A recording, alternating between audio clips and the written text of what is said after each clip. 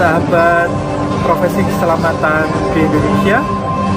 Saya mengajak rekan-rekan untuk subscribe YouTube channel Istian Wijayanto, karena Istian Wijayanto merupakan orang yang punya concern yang cukup tinggi untuk mengelola keselamatan kerja, baik keselamatan pertambangan, konstruksi, dan sebagainya.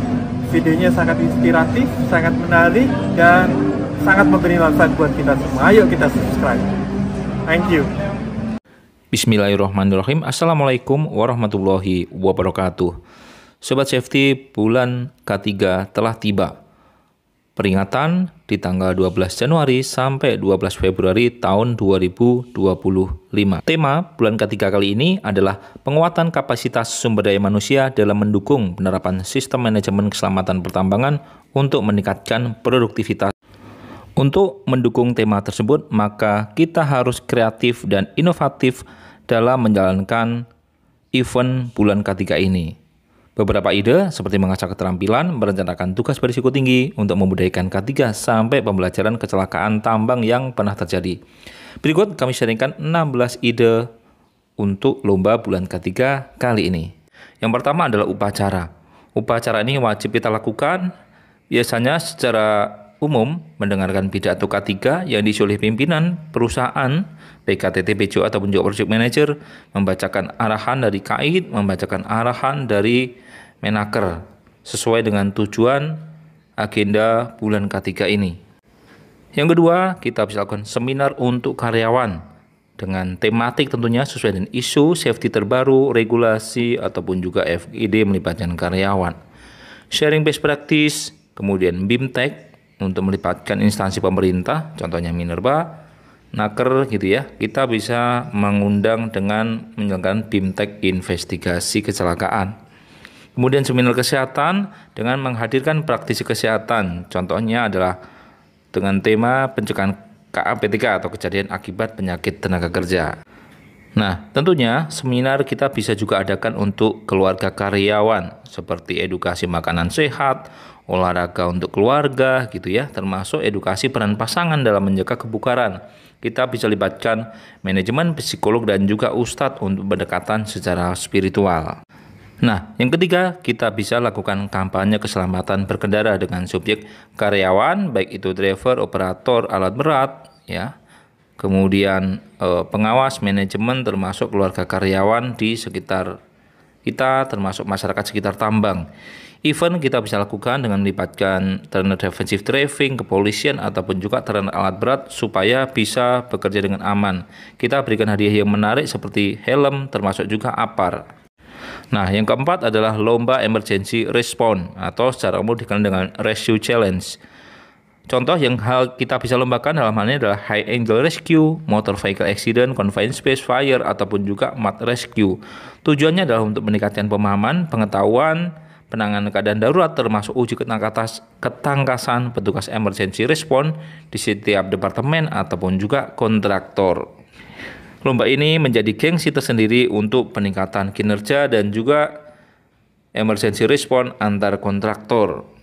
Nah, yang kelima, kita bisa lakukan pembuatan lomba kampanye di tempat kerja dengan tujuan untuk meningkatkan kualitas edukasi ketika melalui kampanye, bisa dengan lomba poster, video, motivasi, lomba pidato, ataupun juga paper. Tema bervariasi dari fatigue, SOP di tempat kerja, isu safety terbaru, ataupun juga keselamatan di luar kerja. Kita bisa melibatkan karyawan, kontraktor, ataupun juga masyarakat umum supaya mendapatkan antusiasme yang bagus dalam lomba ini. Adalah kampanye hidup sehat. Tujuannya adalah sekali lagi adalah meningkatkan pola hidup sehat.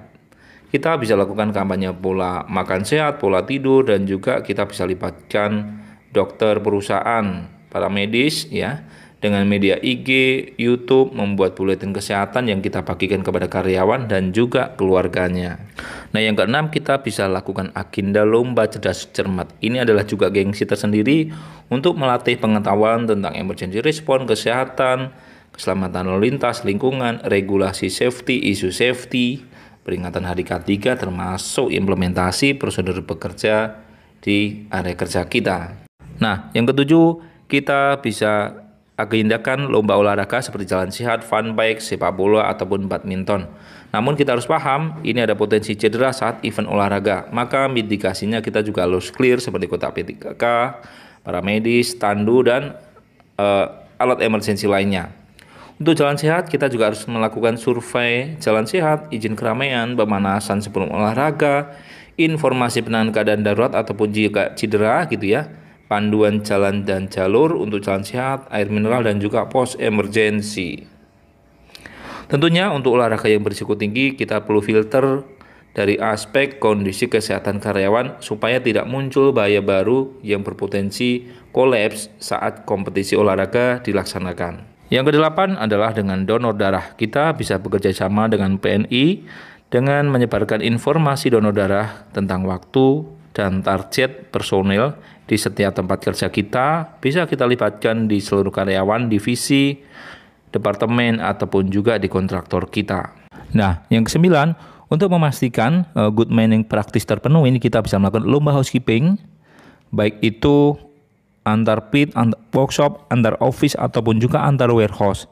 Hal ini penting untuk menjaga konsistensi housekeeping dan kita perlu siapkan juri independen dan hadiah spesial supaya ini menjadi gengsi tersendiri untuk para peserta lomba.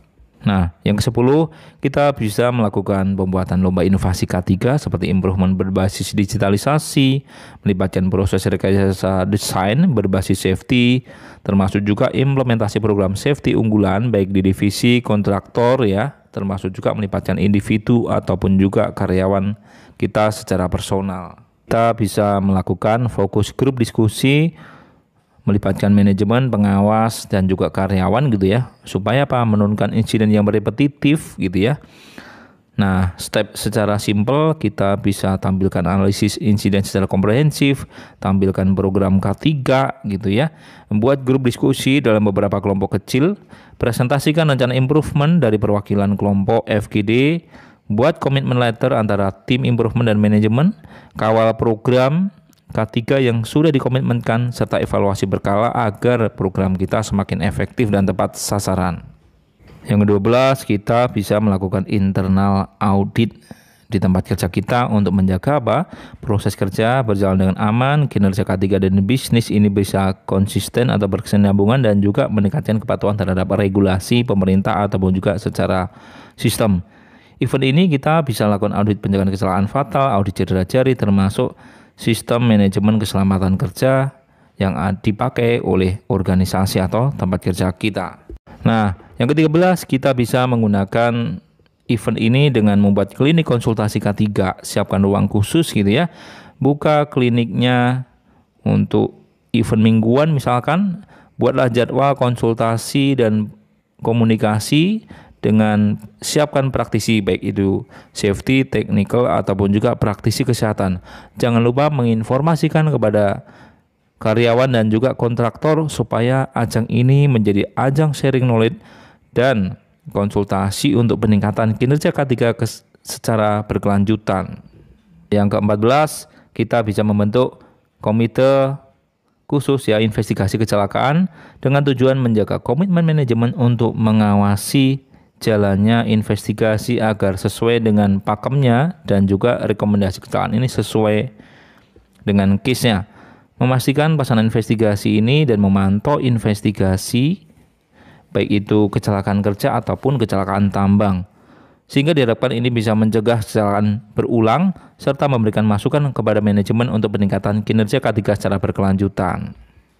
Yang ke-15, kita bisa melakukan pelatihan K3 secara spesifik untuk meningkatkan concern terhadap isu safety, baik itu aspek kepengawasan, temuan kritikal dari proses audit, atau keperluan operasional untuk keselamatan pelaksanaan pekerjaan high risk. Beberapa contoh diantaranya refreshment POP, pelatihan in-house investigasi tingkat lanjut, kerja ketinggian, in-house risk assessment, pelatihan internal teknik melaksanakan audit K3, dan juga pelatihan in-house terkait dengan tata cara membuat SOP atau prosedur kerja. Yang terakhir alias yang ke-16, kita bisa melakukan aksi sosial K3 diantaranya membagikan buklet atau poster keselamatan di sekolah kepada warga masyarakat, termasuk memberikan edukasi keselamatan di sekolah dengan melibatkan pihak kepolisian, pelatihan pemadaman api untuk ibu rumah tangga. Jangan lupa subscribe, like, and share, dan semoga tips ini bermanfaat dan salam inspirasi safety. Demikian disampaikan, akhirul kalam. Wassalamualaikum warahmatullahi wabarakatuh.